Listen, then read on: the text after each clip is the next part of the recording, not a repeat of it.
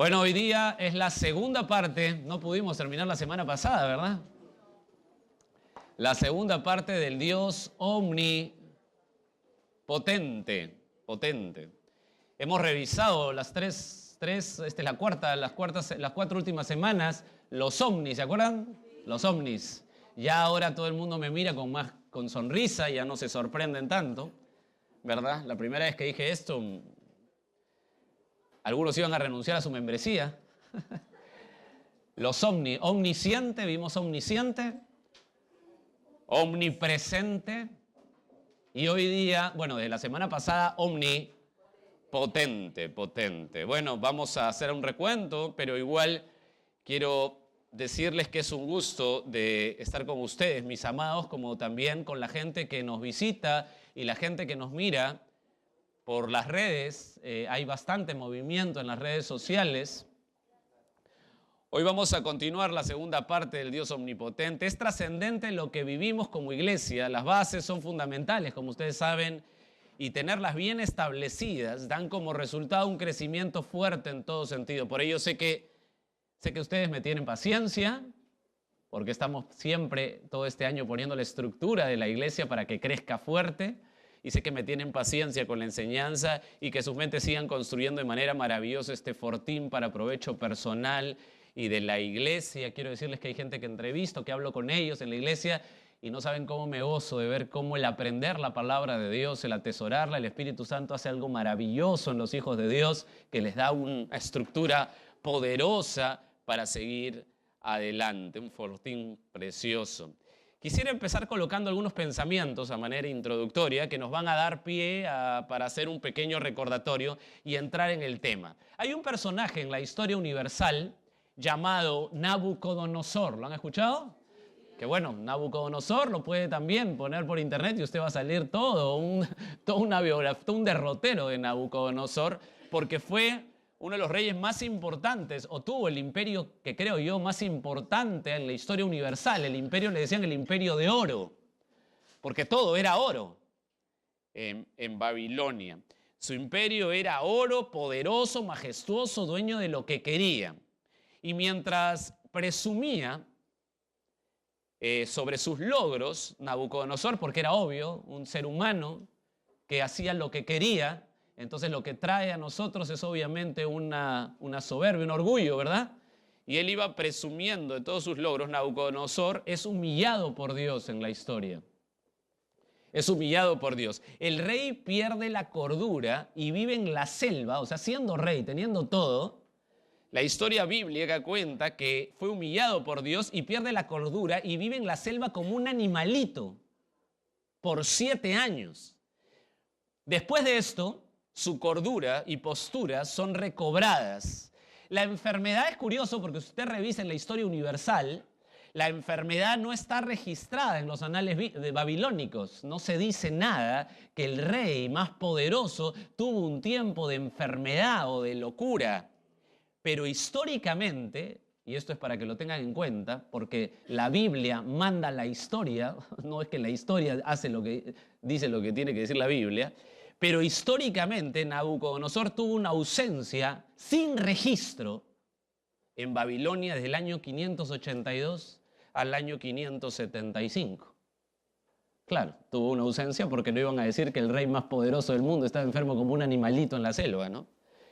Y es ahí que con esa mente de Nabucodonosor, el rey más impresionante, de mayor poder y de un imperio de oro, dice esto en Daniel 4:35. Y quisiera que vayamos a Daniel 4:35. Quiero poner algunas cosas en tu mente para comenzar la segunda parte del Dios omnipotente. Estamos hablando del profeta Daniel, del capítulo 4 en el Antiguo Testamento, y tiene este registro. Daniel 4:35. Dice: todos los habitantes de la tierra son considerados como nada. ¿Sabes quién está diciendo esto? ¿Sabe quién está diciendo esto? Lo está diciendo el mismo que es el rey más poderoso con el imperio de oro que era suficiente, que Él no tenía nada a favores de nadie porque Él hacía todos los favores. Él era el todopoderoso de la tierra. Y Él, cuando Dios lo vuelve a colocar como rey después de estos 7 años que contábamos en la historia, Él dice, todos los habitantes de la tierra son considerados como nada. O sea, Él está dentro de los habitantes de la tierra. Y Él hace según su voluntad. ¿Quién es Él? Dios. En el ejército del cielo y en los habitantes de la tierra. Y no hay quien detenga su mano y le diga, ¿qué haces? Qué interesante es poder pensar que el rey más poderoso, el imperio más grande que hubo en la historia, se humilla ante el poder superior. ¿Te das cuenta? Es para analizarlo, ¿verdad? A veces lo leemos tan rápido, pero no nos damos cuenta el peso que tiene esto. La omnipotencia o el todopoderoso de la tierra se humilla ante el todopoderoso del universo. Y dice que es considerado como nada. Es increíble. Dios es omnipotente. Potente. Déjame darte otro pensamiento. Hay un libro que te va a gustar. Habacuc. Habacuc, capítulo 3. Habacuc. Habacuc. Esta historia te va a encantar, ¿eh? ¿Han leído Habacuc? Mejor no me respondan. Habacuc, capítulo 3, verso 4. Déjame leerlo y explicarlo un poquito. Y el resplandor fue como la luz. Rayos brillantes salían de su mano y ahí estaba escondido su poder. Habacuc 3, 4, estoy leyendo. ¿De qué se trata? Este libro, antes de explicarte ese verso que quiero que habla de la omnipotencia contenida de Dios, déjame explicarte eso. Este libro es una maravilla. Creo que muestra el poder de un Dios suficiente en todos los 3 capítulos de Habacuc. El profeta Habacuc profetizó al final del imperio asirio y comienzo del babilónico. Al final del imperio asirio, comienzo el babilónico. Quizá por el año 626 a.C. El profeta,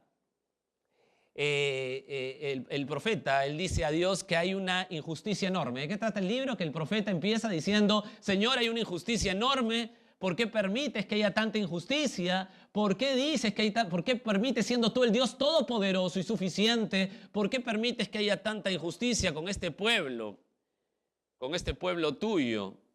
Entonces Dios responde, te estoy haciendo un resumen del capítulo 1, Dios responde y le dice que va a tomar la nación más cruel y la va a traer a Judá y él va a hacer juicio, porque Habacuc le está diciendo, Dios, esta nación de Judá es una desgracia, pura injusticia. Entonces Dios le dice, tranquilo, profeta, yo soy el Dios todopoderoso, yo voy a traer una nación, la nación más cruel, y los voy a aplastar para disciplinarlos. Entonces cuando Habacuc escucha esto, ¿quién era la nación más cruel que iba a traer Dios?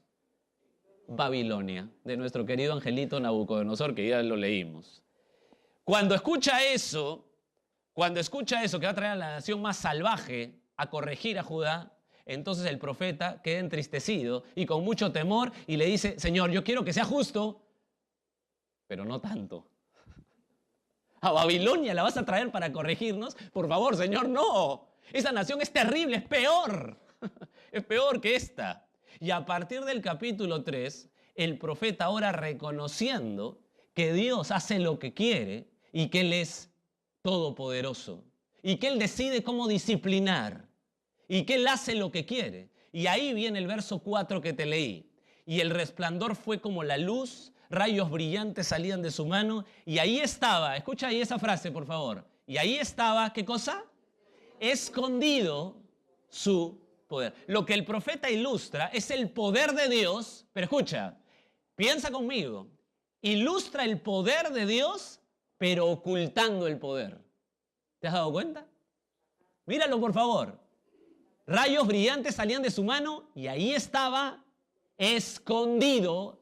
O sea, el profeta está ilustrando el poder de Dios, pero ocultando el poder. Es decir, que su poder es tan grande, inconcebible, que solo al tratar de esconderlo es poder puro.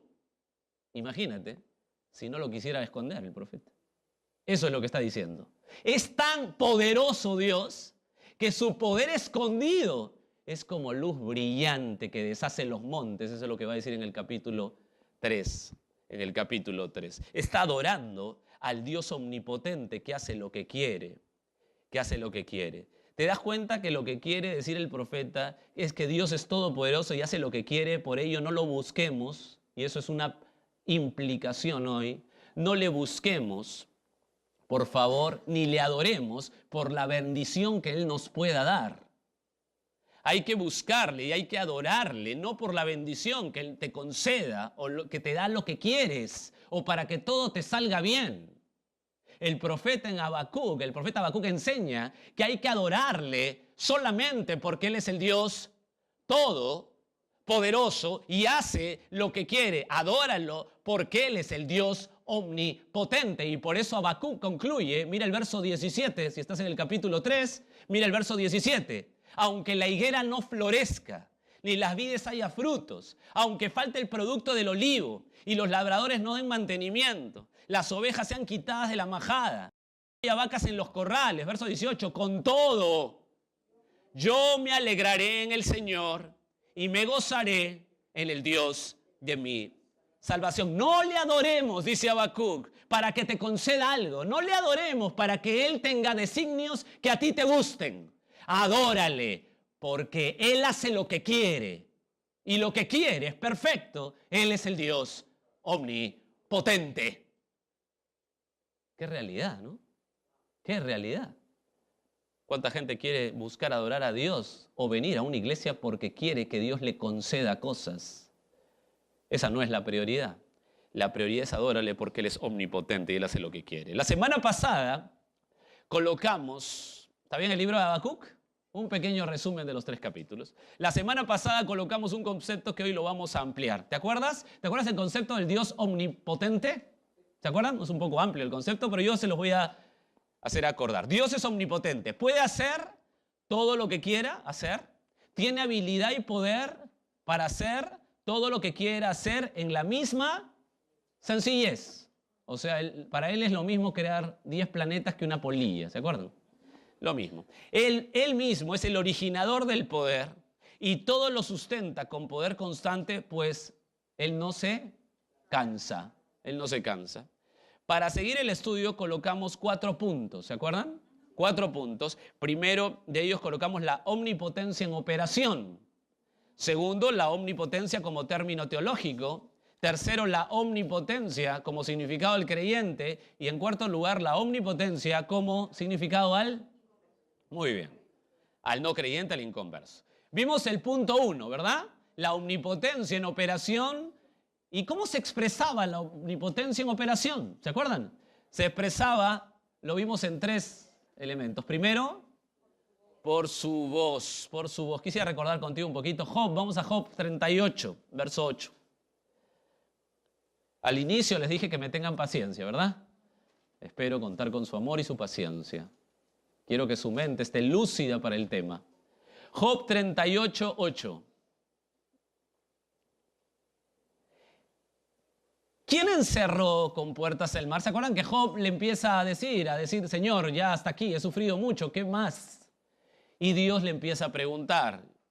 Y escucha lo que dice desde el verso 8. ¿Quién encerró con puertas el mar cuando se derramaba saliendo de su seno? ¿Quién encerró? ¿Quién hizo eso? Dios. Verso 9. Cuando puse yo nubes por vestidura suya y por su faja oscuridad. Verso 10. Y establecí sobre él mi decreto, le puse puertas y cerrojo. Y mira el verso 11. ¿Cómo comienza?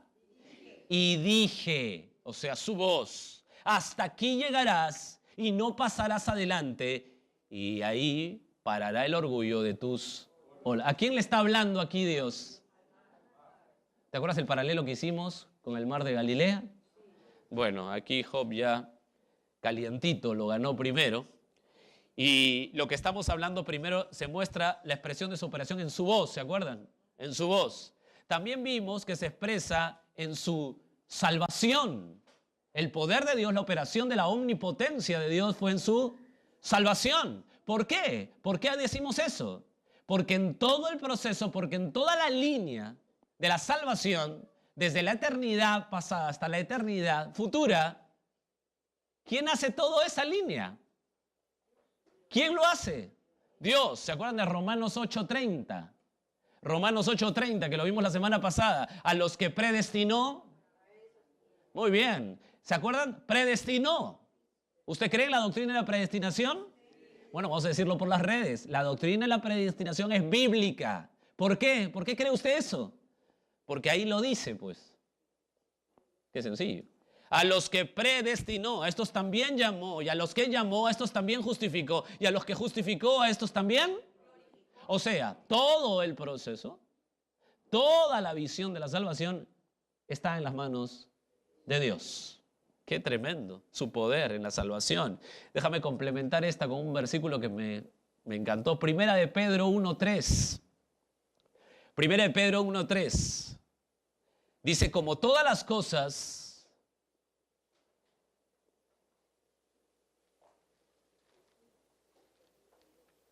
me gustaría que ir ahí. Segunda de Pedro, perdón, hermanos. Me parece que segunda. Segunda de Pedro 1:3, sí. Como todas las cosas que pertenecen a la vida y a la piedad nos han sido dadas, ¿por qué? ¿Te has dado cuenta de lo que está diciendo Pedro? Todas las cosas que pertenecen a la vida y a la piedad nos han sido dadas.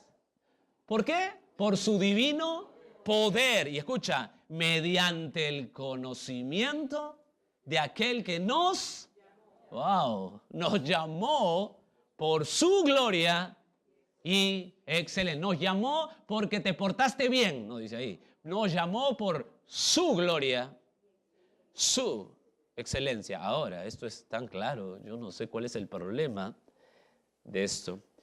Él lo hizo todo. Y por último, no solamente su voz, ¿se acuerdan? También su salvación, sino también, por último, su resurrección.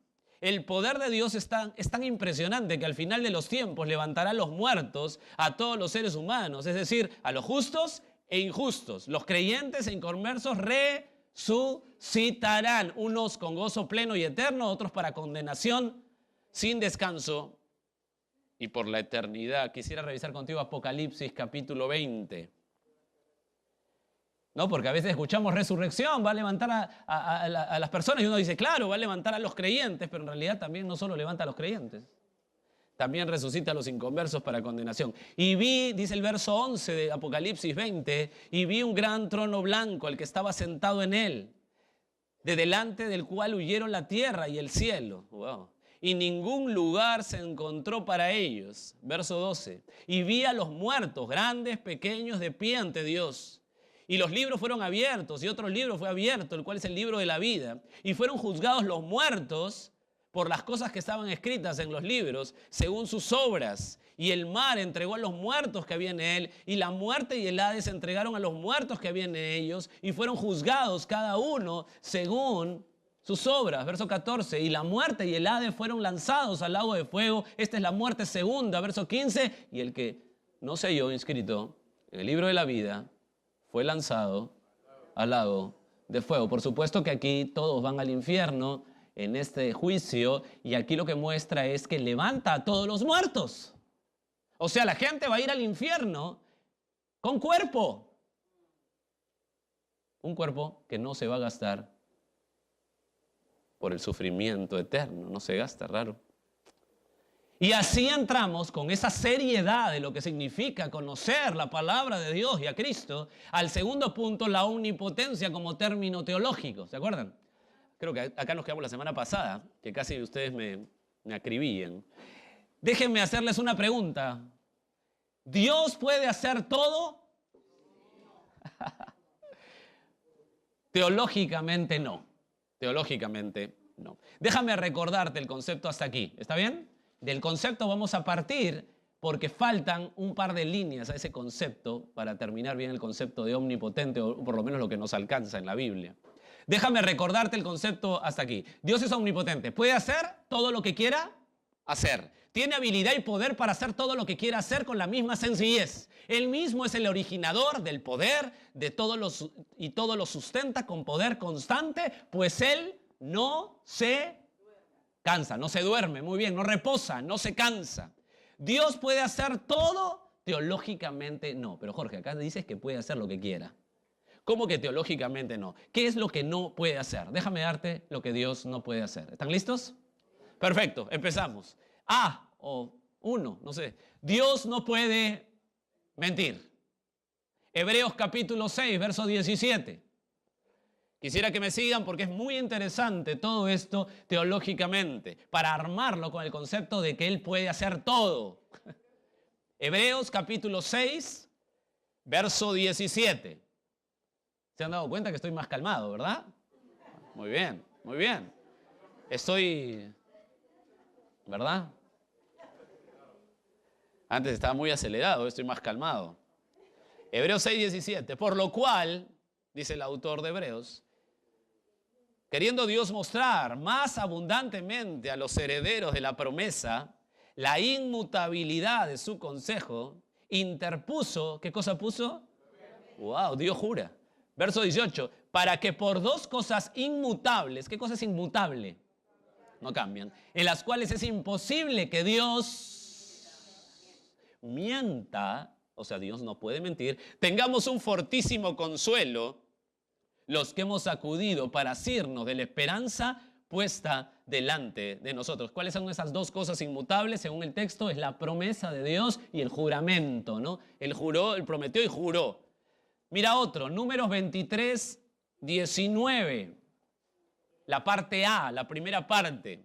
O lo puedes apuntar como paralelo a Hebreos 6, 17. Dios no es hombre para que mienta. Entonces la pregunta que les quiero hacer ahora es esta. Después de haber visto Hebreos 6, 17, haciendo el paralelo con el Antiguo Testamento a Números 23, 19, la primera parte, Dios no puede mentir. Entonces la pregunta es, ¿Dios puede mentir? ¿Dios puede mentir? Entonces no es omnipotente.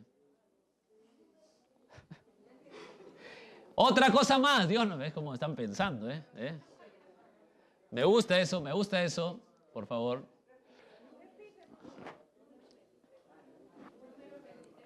Otro más, Dios no puede mentir. No solo eso, Dios no puede pecar. Dios no puede pecar. Isaías 6:3. Isaías 6:3. ¿Se acuerdan cuando predicó acá el pastor Omar? Isaías capítulo 6, hablando del Dios santo. Isaías 6:3 dice que Dios es santo, santo, santo. Quiero que hagas el paralelo con Habacuc 1:13. Isaías 6:3, hazle el paralelo. Solamente déjame decirte, recordarte que ahí en 6, el capítulo 6 dice que Dios es santo, santo, santo. Haz el paralelo con Habacuc 1:13. Habacuc es el libro que acabamos de explicar en la introducción. Habacuc 1:13, la primera parte, escucha lo que dice el profeta Habacuc. Muy limpio eres de ojos para ver el mal, ni puedes ver el agravio. Damas y caballeros, esto es muy obvio y simple. El pecado le es imposible porque uno no puede pecar si no lo desea. Escúchame bien y escucha el planteamiento y el argumento. Esto es muy obvio. El pecado le es imposible a Dios porque uno no puede pecar si no lo desea. Dios no puede pecar porque nunca tendrá la voluntad de pecar. Entonces la pregunta que les hago, la segunda pregunta que les hago es, ¿Dios puede pecar? ¿Dios puede pecar? No, negativo, ¿verdad? Entonces, ¿no es omnipotente? Tercero, no solamente no puede mentir, no solamente no puede pecar, sino que tercero, Dios no puede morir. Dios no puede morir. Jorge, pero Jesús no es Dios. ¿No aprendimos en Colosenses capítulo 1 que Él tuvo que morir, pero morir completamente? Jesús no es Dios. ¿Cómo que Dios no puede morir? ¿Cómo podemos explicar esto? Bueno, permíteme tratar de explicártelo, tratar de hacerlo. Romanos capítulo 3, quiero que sí vayas ahí, desde el verso 21. Dios no puede mentir, Dios no puede pecar, y ahora Dios no puede morir. Amén. Romanos 3:21 dice, pero ahora, aparte de la ley, se ha manifestado la justicia de Dios. Quiero que lo leas despacio, quiero que lo mires. testificada por la ley y por los profetas, verso 22, la justicia de Dios por medio de la fe en Jesucristo, escucha, para todos los que creen en Él, porque no hay diferencia, por cuanto todos pecaron y están destituidos de la gloria de Dios. Verso 24, siendo justificados gratuitamente por su gracia, mediante la redención que es en Cristo Jesús. Verso 25, a quien Dios puso, y aquí está la clave, a quien Dios puso como propiciación por medio de la fe en su sangre, para manifestar su justicia a causa de haber pasado por alto en su paciencia los pecados pasados. Verso 26, con la mira de manifestar en este tiempo su justicia, a fin de que Él sea el justo y Él justifica al que es de la fe de Jesús. Déjame explicarte, quiero que atiendas ahí, esto es muy importante. Dios no puede morir. Escúchame bien, desde Génesis capítulo 3, desde que entró el pecado, todo el mundo peca y hacen lo que quieren con toda impunidad. No hay reparo, no hay control, es un desastre total. Entonces preguntas, ¿Dios no es justo? ¿Acaso Dios no es justo? Eso preguntaban, eso era una pregunta lícita hasta antes del Nuevo Testamento. ¿Dios no es justo? Uno hasta puede preguntarse antes del Nuevo Testamento, ¿existirá la justicia de Dios? ¿Por qué todo el mundo hace lo que quiere desde Génesis 3? Soy un hombre, tú eres un hombre, una mujer del Antiguo Testamento, imagínate, y preguntas que ¿Dios no es justo? ¿Por qué el mundo está así? Y es ahí que viene el verso 25. Mira lo que dice. A quien Dios puso como propiciación, o sea, su sacrificio, por medio de la fe en su sangre. ¿Para qué lo puso a Jesús? Para manifestar su justicia, a causa de haber pasado por alto en su paciencia los pecados pasados. ¿Están listos para esto? ¿Están listos para esto? Iglesia querida, ¿están listos para esto? Escuche bien, escuche bien.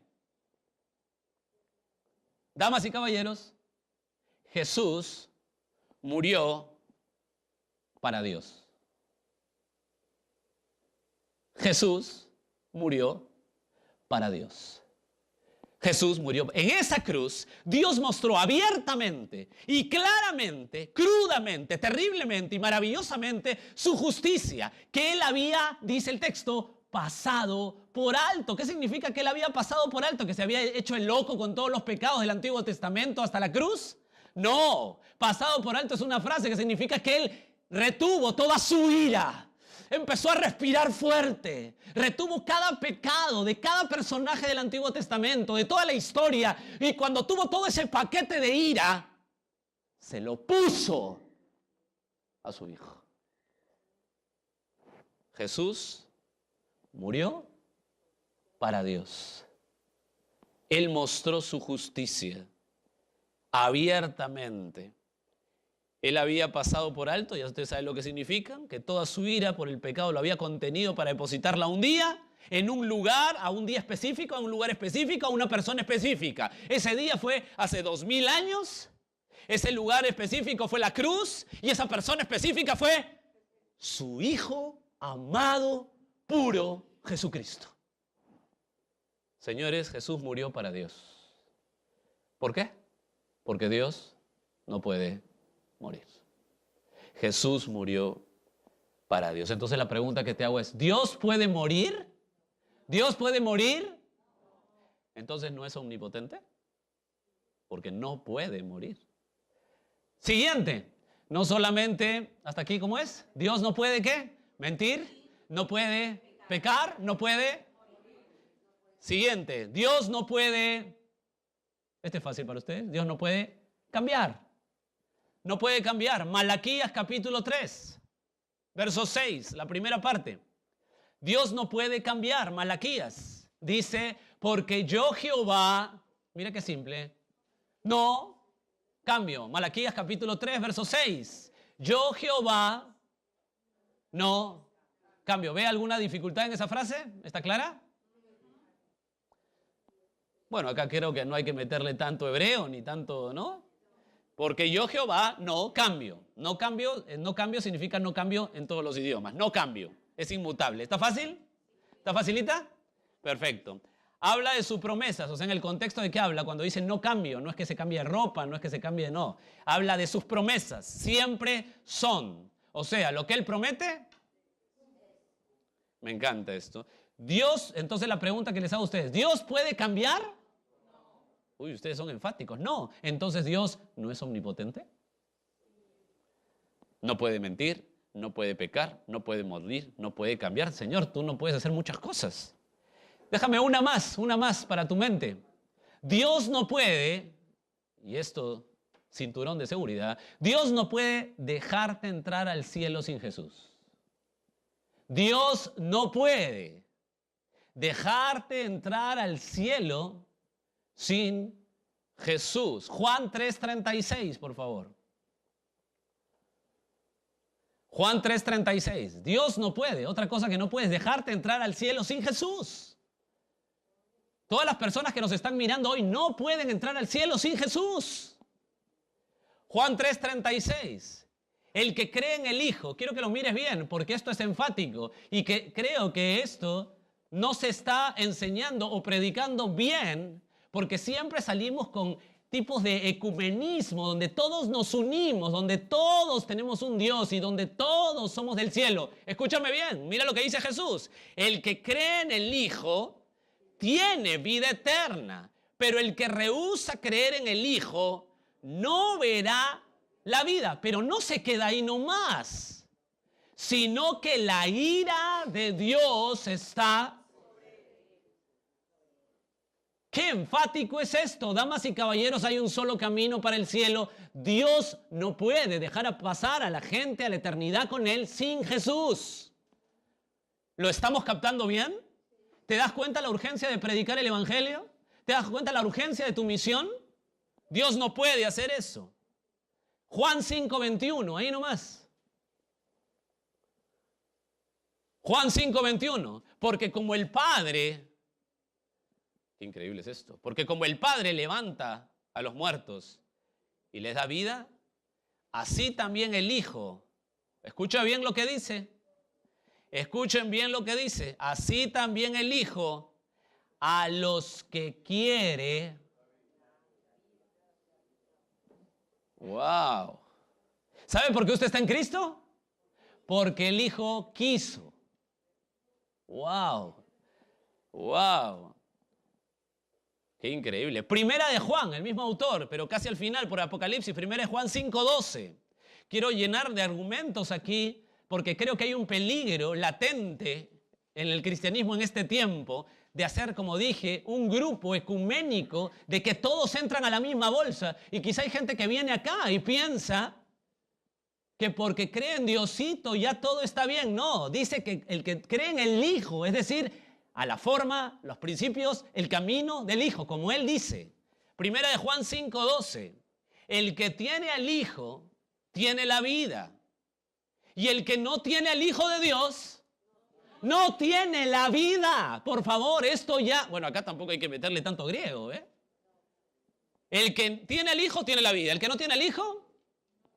Pero esto es transparente. Ahora, seguimos en la Biblia. Están todos con sus Biblias, ¿verdad? ¿Ya están mareados?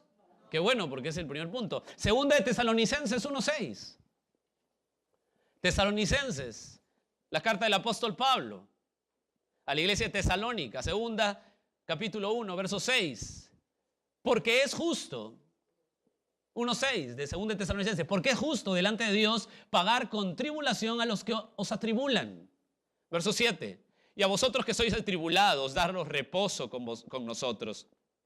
Cuando se manifieste el Señor Jesús desde el cielo con los ángeles de su poder y en llama de fuego para dar retribución a los que no conocieron a Dios. Mira cómo va a aparecer el Señor en el verso 8, con llama de fuego para dar retribución a los que ¿qué? No conocieron. No conocieron a Dios, ni obedecen el Evangelio. ¿Te has dado cuenta esa condicional, es decir, conocer a Dios es obedecer el Evangelio. Creo que hoy tenemos no muy claro esto. Creo que hay gente que cree que aceptar a Cristo significa vivir como les da la gana, pero diciendo que un día aceptaron a Cristo. No, aquí habla de una obediencia al Evangelio de nuestro Señor Jesucristo. Verso 9. Los cuales, ¿qué va a pasar con los que no lo conocieron y no obedecen al Evangelio? Los cuales sufrirán pena de eterna perdición, excluidos de la presencia del Señor y de la gloria de su poder. Díganme una cosa, hermanos queridos. ¿Esto no está claro en la Escritura? ¿Esto no es claro? No hagamos ecumenismo. No metamos a la bolsa a toda persona. Tienen que pasar por el Hijo porque Dios no puede dejar entrar al cielo sin Jesús. Segunda de Timoteo 2:13. Segunda de Timoteo 2:13. ¿Están bien hasta ahí? Más o menos. Si sufrimos, también reinaremos con Él. Y escucha lo que dice 2 Timoteo 2:13. Si le negáremos, y algunos toman esto como si fueran creyentes que han resbalado, ¿no? No, esta palabra negáramos, negación constante, o sea, está hablando de apostasía. 2 Timoteo 2:13. 2:12 entonces. Si sufrimos, también reinaremos con Él. Si le negáremos, o sea, si lo negamos, somos apóstatas, ¿qué va a hacer Él? Él nos negará, Él también nos negará. Mira el verso 13.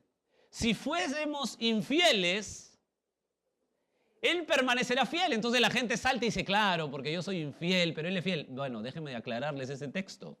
El problema es que aquí cuando dice que si somos infieles, está hablando de los que no tienen fe salvadora.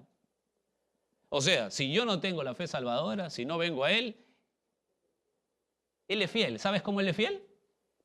Porque Él me va a rechazar del cielo. Porque es fiel.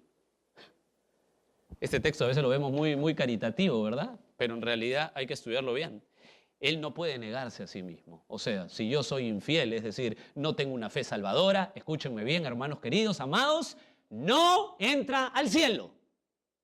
Porque Él no puede negarse a sí mismo. Entonces, la pregunta que les hago ahora, ¿Dios puede dejar entrar al cielo a alguien sin Jesús? ¿Dios puede dejar entrar al cielo a alguien sin Jesús? Sí, a mi primo, a mi hijo, por favor, a mi hijo que es tan bueno, pero le falta Cristo. ¿Puede dejar entrar a alguien al cielo sin Jesús? ¡No! Entonces, ¿cuál es nuestra misión? Predica el Evangelio, predica el Evangelio. Entonces Dios no es omnipotente porque no puede dejar entrar al cielo. Piénsalo. Dios no puede mentir, Dios no puede pecar, Dios no puede morir, Dios no puede cambiar, Dios no puede dejarte entrar al cielo sin Jesús. Entonces Dios no es omnipotente. ¿Cómo explicamos eso? ¿Cómo explicamos esto? Bueno, vamos a Lucas 1:34 para tratar de explicar. Lucas 1:34. Entonces, no tengo compasión, ¿verdad?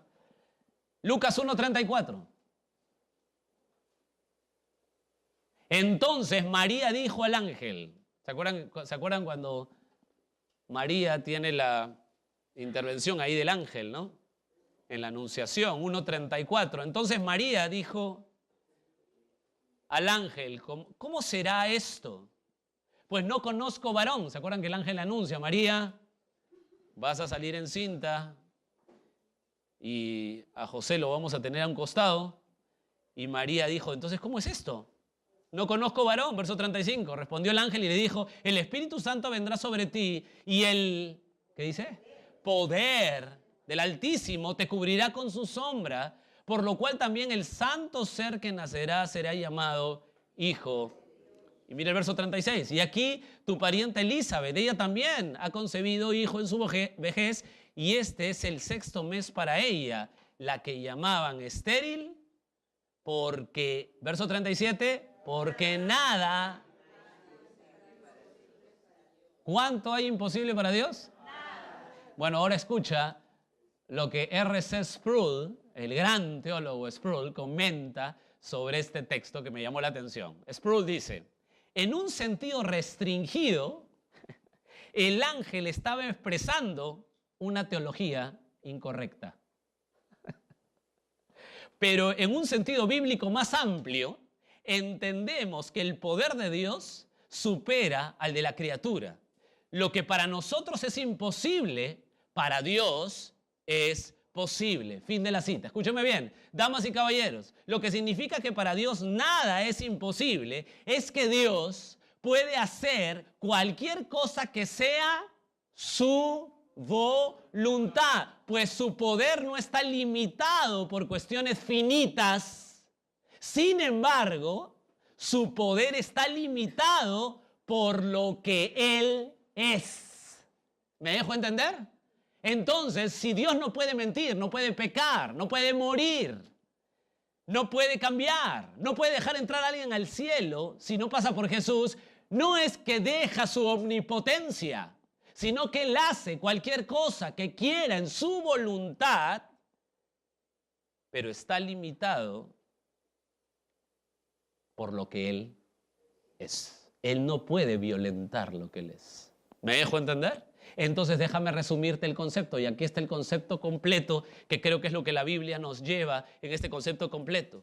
Dios es omnipotente. Puede hacer todo lo que quiera hacer. Tiene la habilidad y poder para hacer todo lo que quiera hacer con la misma sencillez. Él mismo es el originador del poder y todo lo sustenta con poder constante, pues no se cansa. Puede hacer cualquier cosa que sea su voluntad, pues su poder no está limitado por cuestiones finitas. Sin embargo, su poder está limitado por lo que Él es. Damas y caballeros, Dios no puede mentir, no puede pecar, no puede morir, no puede cambiar, no puede dejar entrar a nadie al cielo si no es por Cristo. Pero eso no deja de ser, no deja su omnipotencia. Se está limitando por lo que Él es. ¿Algo? ¿También? Punto 3, la omnipotencia como significado al creyente. Este punto me fascinó. ¿Qué significa para los creyentes? Si usted es de Cristo, ¿usted es de Cristo? ¿Usted es de Cristo? ¿Usted ha sido llamado, escogido desde antes de la fundación del mundo? ¿Ha sido escogida, llamada? ¿Sí? Entonces, esto es para usted, la omnipotencia como significado del creyente. ¿Qué significa para el creyente, para los elegidos, para los llamados, que Dios sea omnipotente? La primera, me fascinó estudiarla. Escúcheme bien y vamos a explicarlo. Número 1, o A, la suficiencia para vivir. Suficiencia para vivir. Y aquí quiero que tengas mucha atención porque esto es maravilloso. Los seres humanos tenemos por el futuro, siempre estamos con ese temor por el futuro. Tenemos miedo al futuro. Estamos siempre a merced de las circunstancias. Por ejemplo, hoy está usted acá, bien, y de pronto se va a su casa en la tarde y termina en la clínica. Y de pronto tiene un tumor, y de pronto al día siguiente está en un hospitalizado. O sea, todo ser humano tiene ese temor de qué va a pasar, las circunstancias. Estamos a merced de las circunstancias. Hoy estás bien, mañana no. Todo puede cambiar en un segundo en tu vida y en mi vida. El hijo, la hija de Dios puede tener suficiencia para vivir. Es decir, pues el Dios omnipotente lo ha dotado, escúcheme bien, como hijo y como hija. Si no eres hijo de Dios, es decir, si vienes a la iglesia, pero no estás bajo la obediencia de la palabra de Dios, entonces esto no es para ti. Dios ha dotado para afrontar a sus hijos, escúchame bien, todo. ¿Escucharon? Todo. Él ha dotado para afrontar todo lo que tengamos en nuestra vida, todo. Y creo que todavía no llego a la magnitud de que tu mente pueda asombrarse de esto, pero déjame hacerlo, porque esto es impresionante. Quiero que vayas al libro de Efesios capítulo 1. Él tiene la suficiencia, Él tiene todo el poder para dar y dotar a sus hijos, para afrontar todo lo que venga. Y escucha, Efesios 1:17 nos va a argumentar lo que quiero decir. Por favor, mírenlo y quiero ir con usted porque aquí está la clave para entender la suficiencia para vivir. ¿Usted entiende esto? Como creyente va a salir diferente hoy. Dice Efesios 1:17, para que el Dios de nuestro Señor Jesucristo, el Padre de gloria, toma peso a lo que digo, os dé, ¿qué está diciendo? Os dé espíritu de sabiduría y de revelación en el conocimiento de Él. Verso 18. Alumbrando los ojos de vuestro... ¿Cómo me gusta esto? Para que sepáis, para que sepan cuál es la esperanza a que Él os ha llamado y cuáles las riquezas de la gloria de su herencia en los, o sea, en los creyentes. Los santos, acá hago un paréntesis, los santos no es como dice la religión tradicional católica apostólica romana, que son algunos hombres y mujeres especiales. Los santos en la Biblia son los agios, los separados para Dios, los que Él ha llamado. ¿Usted es hijo de Dios? ¿Usted es hija de Dios? ¿Dios lo ha llamado? Usted es santo. A eso se refiere. Cierro ahí el paréntesis. Y ahora mira el verso 19, que aquí está el centro de la suficiencia para vivir. ¿Y cuál? La supereminente grandeza de su poder. ¿Para quién? ¿Quiénes son nosotros? Según el contexto, los santos, ¿verdad? O sea, los creyentes. Mira el contexto. Para nosotros, los que creemos, ¿según qué cosa? La operación del poder. ¡Wow! Escúchenme bien. Solamente lo voy a decir así, simple, pero lo voy a explicar para que te asombres conmigo. Él ha dotado a los suyos con la supereminente grandeza de su poder. Repito, Él ha dotado solo a los suyos con la supereminente grandeza de su poder. ¿Para quiénes? Para los suyos. Cuando Cristo viene a ti, déjame hacer un paréntesis ahí, ¿quién viene a ti? El Espíritu Santo, ¿verdad? ¿Verdad que sí? ¿Sí o no? Sí. ¿Y solo el Espíritu Santo? No. Juan 14, 23. Esto es increíble. Estoy poniendo la introducción del texto nada más. Juan 14, 23. Respondió Jesús y le dijo, el que me ama, mi palabra guardará. Mi Padre le amará y vendremos a Él y haremos morada con Él. Mi Padre, yo y mi Padre haremos morada con Él. ¿El Espíritu Santo también, sí o no? Entonces déjenme decirles, o déjenme preguntarles algo. ¿Quién vive en usted si usted es elegido? La Trinidad aquí. Ese es la super eminencia de su poder. Ahora, ahí lo podríamos dejar y todos podemos quedar asombrados. Pero escucha, falta. Este poder se expresa en este versículo 19 de Efesios 1:19. ¿Lo ves ahí? ¿Lo ven ahí? Se expresa en 4 sinónimos. Primero de ellos, verso 19. Voy a leer el verso 19. ¿Y cuál la supereminente grandeza de su? Ahí está el primer poder. Escucha, esta palabra poder en el original es dunamis. Dunamis. ¿Y para quién es ese dunamis? ¿Para quién es ese poder? Para nosotros. Es un poder, escucha, solo para creyentes. Escucha bien. Este poder es solo para creyentes. Es el poder. Por favor, hermano, capta esto, hermana. Es el poder total y suficiente que necesitas para vivir. Escucha, no puedes tener más poder. Es jactancioso y hasta necio. Oh, Señor, dame poder. Ya nadie te va a dar más poder. No puedes tener más poder. El Señor, quiero más poder. Él ya te dio todo lo que jamás será ofrecido ni dado.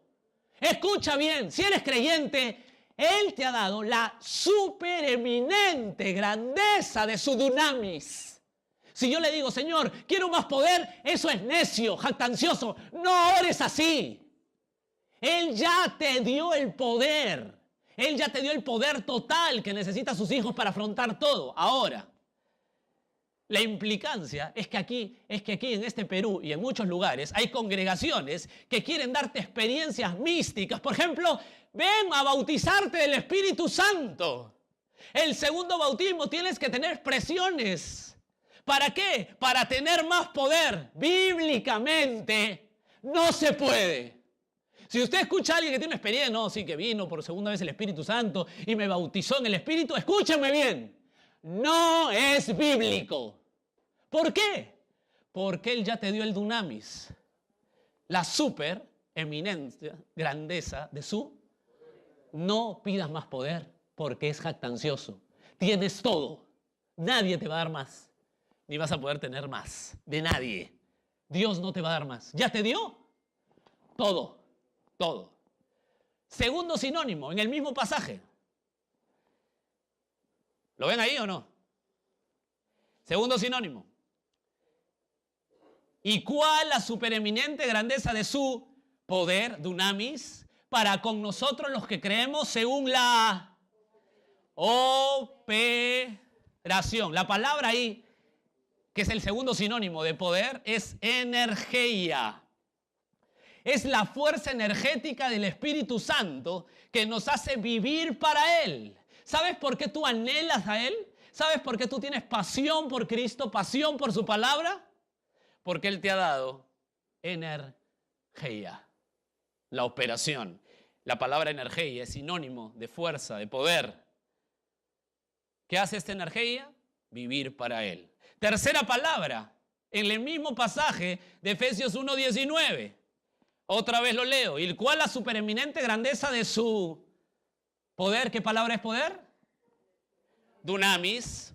Para con nosotros los que creemos según la energía del poder. Ahí hay otro sinónimo. No es ni dunamis, no es energía. Esa tercera palabra es kratos. Kratos con K. Esta fuerza es la potencia para andar de todo creyente. ¿Sabes lo que hace? Te da la supereminencia, te da todo el poder. Te da la energía para abrazarle a Él y apasionarte por Él. Y te da el kratos para que tengas potencia al andar día a día como creyente. Uf. ¿Sabe quién tiene eso? ¿Sabe quién tiene todo eso? Muy bien. Usted, si es creyente. Bueno, Jorge, hasta ahí impresionante. Sí, pero falta uno. Otro sinónimo en el mismo pasaje.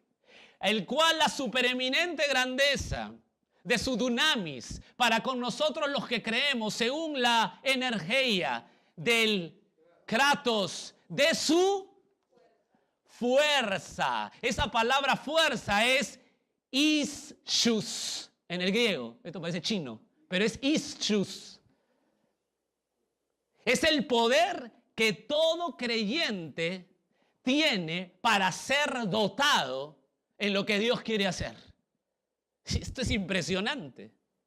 O sea, este poder, esta fuerza, todo creyente lo tiene porque Dios lo ha dotado para hacer lo que Él quiere que haga. ¿Usted va a orar para tener más poder? Sería jactancioso. Él le ha dado. Damas y caballeros, hermanos amados, esto es para mis hermanos y hermanas. Si usted está viviendo cualquier tipo de depresión, dificultad, enfermedad, dolor, lo que sea, escúcheme bien. Dios le ha dado la supereminencia, grandeza de su poder. ¿Puede afrontarlo? No nos acobardemos. Claro que sí. Él lo ha hecho todo. ¿No te parece espectacular esto? Esto es para ti si eres creyente. ¿Qué más? ¿Qué más? ¿Hay más? Sí, sí hay más. ¿Están bien hasta aquí? ¿También hasta aquí? Bueno, entonces, con esto solamente usted puede salir y decir, bueno, Señor, tengo que afrontar esta vida, que me está doliendo así, que estoy pasando por esto, pero Señor, tú me has dado todo, el poder. Entonces yo voy a tener claro, como creyente, la suficiencia para vivir aquí. Esto es espectacular. Segundo, no solamente la suficiencia para vivir, sino el consuelo total. Si Dios es omnipotente, ¿cómo afecta al creyente? Primero la suficiencia para vivir, después el consuelo total. Jeremías 32:27. Jeremías 32:27, por favor, exíjanse. Vamos a Jeremías un ratito. El consuelo total, Jeremías 32:27. He aquí, He aquí, 32:27, voy a tener paciencia, compasión, amor. De nada, hermana. He aquí que soy Jehová. Dios, cómo me encanta esto, qué declaraciones. He aquí que soy Jehová, Dios de toda carne. Escucha la pregunta. ¿Habrá algo que sea difícil para mí? ¿Usted qué cosa respondería? Ahora, piensa conmigo, ¿por qué un consuelo total si soy creyente? ¿Tendrás algún problema hoy que Dios no pueda conocer, dominar, conducir o manejar? Dios mío, estamos frente al Dios omnipotente. Consuelo total. No hay ningún problema tuyo que hoy Dios no pueda conocer, dominar, conducir y manejar. Él es omnipotente. No solo consuelo total, también esperanza plena. Suficiencia de vida, consuelo total, esperanza plena. Filipenses 1:21. ¿Están bien, hermanos? ¿Están con Biblia todavía o ya tiraron la toalla? Perfecto. Filipenses 1:21. Escucha esto porque este punto es vital para nosotros como creyentes. Por favor, les ruego que escuchemos esto. Esperanza plena, Filipenses 1:21. Porque en el texto dice, porque para mí el vivir es Cristo y el morir, ¿qué? ¿Qué? ¿Cuál es la peor noticia que puedes recibir? ¿Cuál es la peor noticia que una persona puede recibir? ¿Cuál es la verdad más terrible de la humanidad? No es que vas a morir. Te lo voy adelantando. Esa no es la peor noticia. La peor noticia que tú puedes recibir hoy y que yo puedo recibir hoy es que alguien va a morir sin Cristo. ¿Escucharon lo que les dije? Y esto es para que tomen seriedad de lo que es el Evangelio.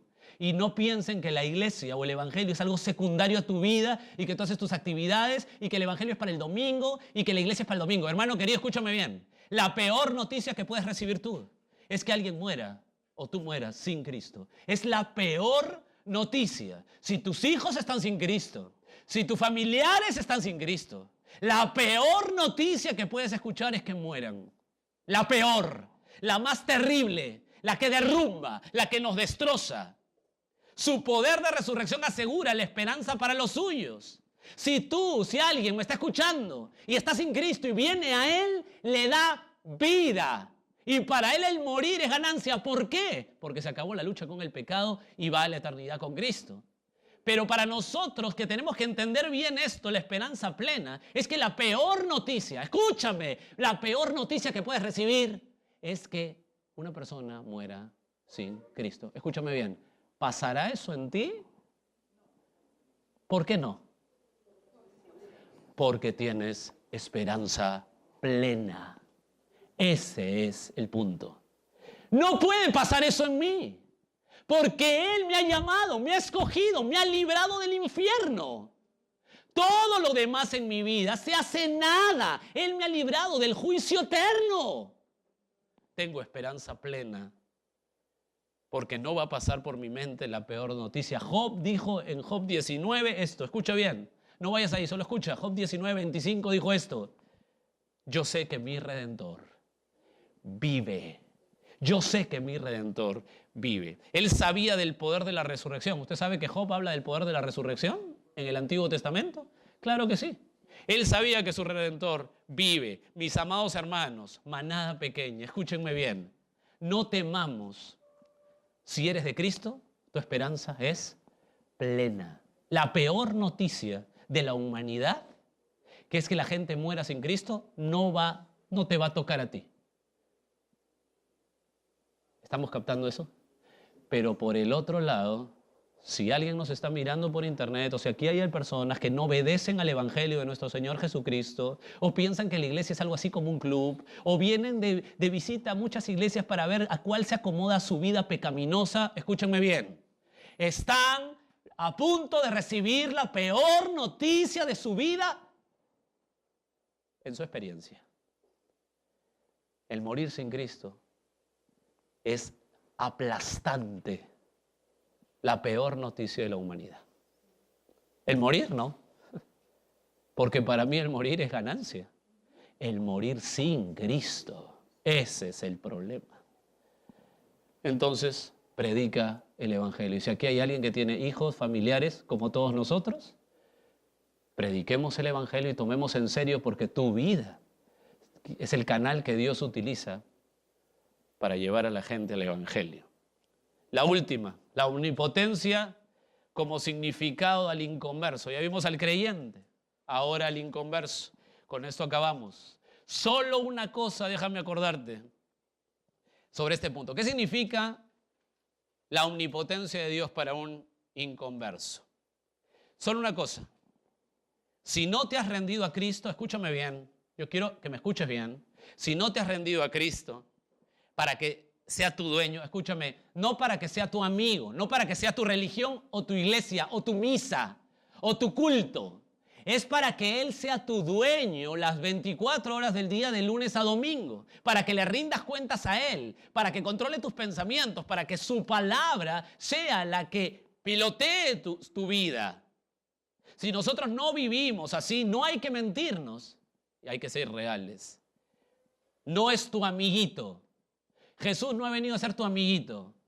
No ha venido a ser tu peluche o tu Papá Noel o tu estampita. Él quiere ser el dueño o nada. Para ellos, quiero decirles solo una cosa. Pero yo no lo quiero decir porque es muy fuerte. Quiero que lo diga el profeta Isaías, capítulo 63, desde el verso 1.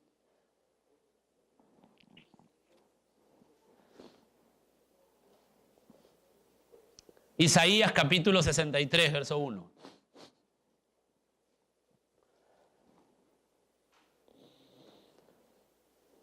¿Quién es este que viene de Edom y de Bosra con vestidos rojos?